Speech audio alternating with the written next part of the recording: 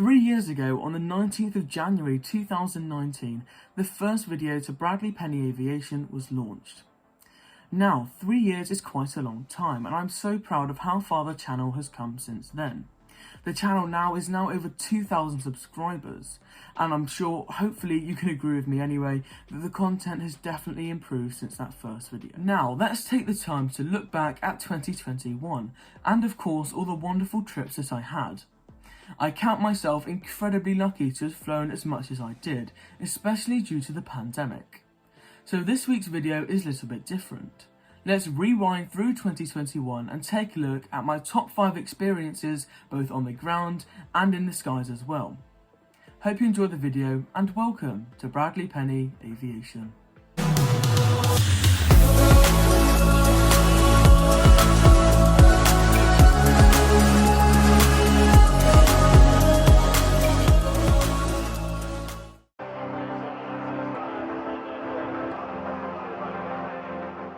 Now, 2021 was certainly an eventful year for us all, given the first few months of it being a lockdown. Air travel didn't really resume much until at least midway through the year. However, fortunately, I managed to return to the skies in late July. You'll have to wait a little bit longer to see the top flights from last year, but like any trip, we'll start this video on the ground and take a look at my top 5 airports from 2021.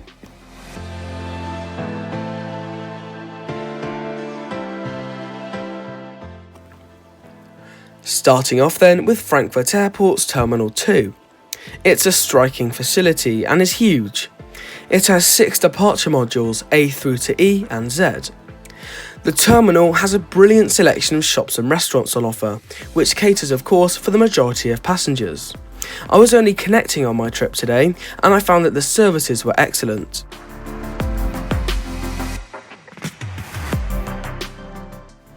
There is also plenty of seating areas available for departing passengers, and the viewing terrace upstairs in the McDonald's is definitely worth a visit.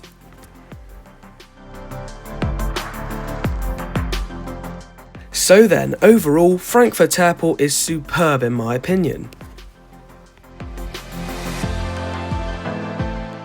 Continuing onwards then, with Madrid Airport's Terminal 4. I found myself travelling through Madrid in late August of 2021 to fly with the Spanish national carrier Iberia. The airport itself looks incredible. It really is a masterpiece with its stunning wooden undulating roof. The airport itself had an extensive selection of shops and restaurants on offer to departing passengers, particularly before you head to the 4S satellite building. In third place we have the new Manchester Airport's Terminal 2. It looks incredibly fresh and modern, certainly a major step up from the previous look. The terminal offers an excellent selection of shops and restaurants to departing passengers, including high street brands. There is also a large atrium in the centre of the terminal, with plenty of seating and charging ports available, as well as clear access to all the gate areas. The apron views were also fantastic.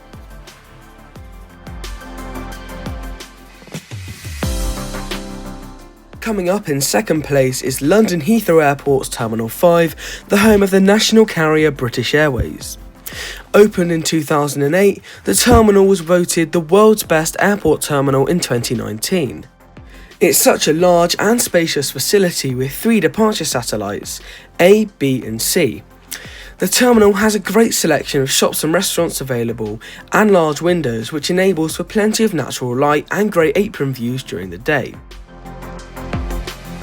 Now then, in first place from an unreleased review of Zurich Airport's Terminal 1, the home of Swiss. The airport itself stunned me with its elegance and was decorated perfectly to celebrate Christmas.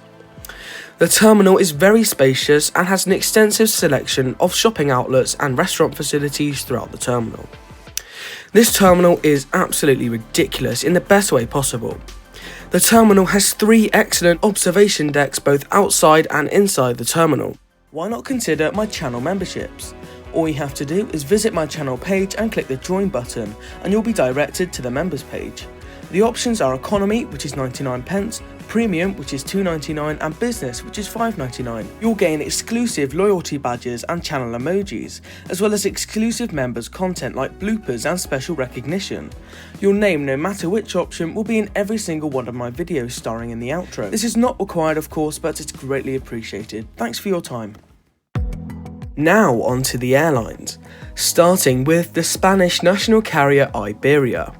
I flew with Iberia last summer to fly on board their new Airbus A350. The flight itself was superb, and I was lucky enough to fly in Iberia's premium cabin, which offers a fantastic view over the wing and of course excellent service. Coming in fourth, we have a yet unreleased review from when I flew with Swiss on board their Airbus A330 to London Heathrow. This flight was brilliant. Being able to fly on a wide-body aircraft on a short-haul flight is also fantastic. The crew on board today were very active and attentive in the cabin, and the food was superb. I would definitely consider flying Swiss again. In third, we have my flights with TUI on board their now retired Boeing 757-200 aircraft. Now, the 757 really has a place in my heart, as it was the first aircraft I ever flew on, which really brought me to my aviation passion, and being able to fly on it for the last time was also very memorable. The crew on board were outstanding and couldn't do enough for their passengers. Personally, I can't wait until I can fly again with TUI. In second place, we have my flights with Lufthansa on board the Queen of the Skies, the Boeing 747-8. This flight was really a once-in-a-lifetime experience. To find a 2.5-hour flight on board a Boeing 747 in Europe is simply hard to come by. However, thanks to a friend of mine, we found the perfect flight.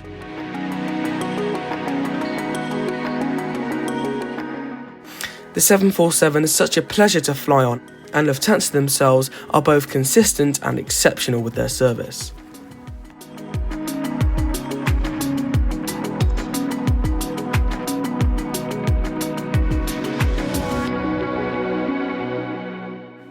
Now, in first place as the best flight of 2021 is of course my flight on board the British Airways Airbus A380. Now, BA put the A380 on a few short routes around Europe, as the aircraft had just been brought out of storage, and the crews needed adjusting and training for the aircraft. This flight was quite frankly excellent, and the crew offered tours of the aircraft at cruise.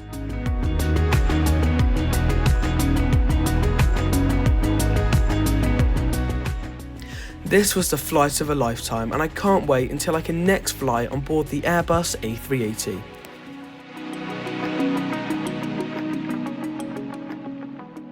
It did take me quite a while to decide which trips were the best, as they all had their ups and downs. However, do let me know which trips you think were the best in the comment section down below.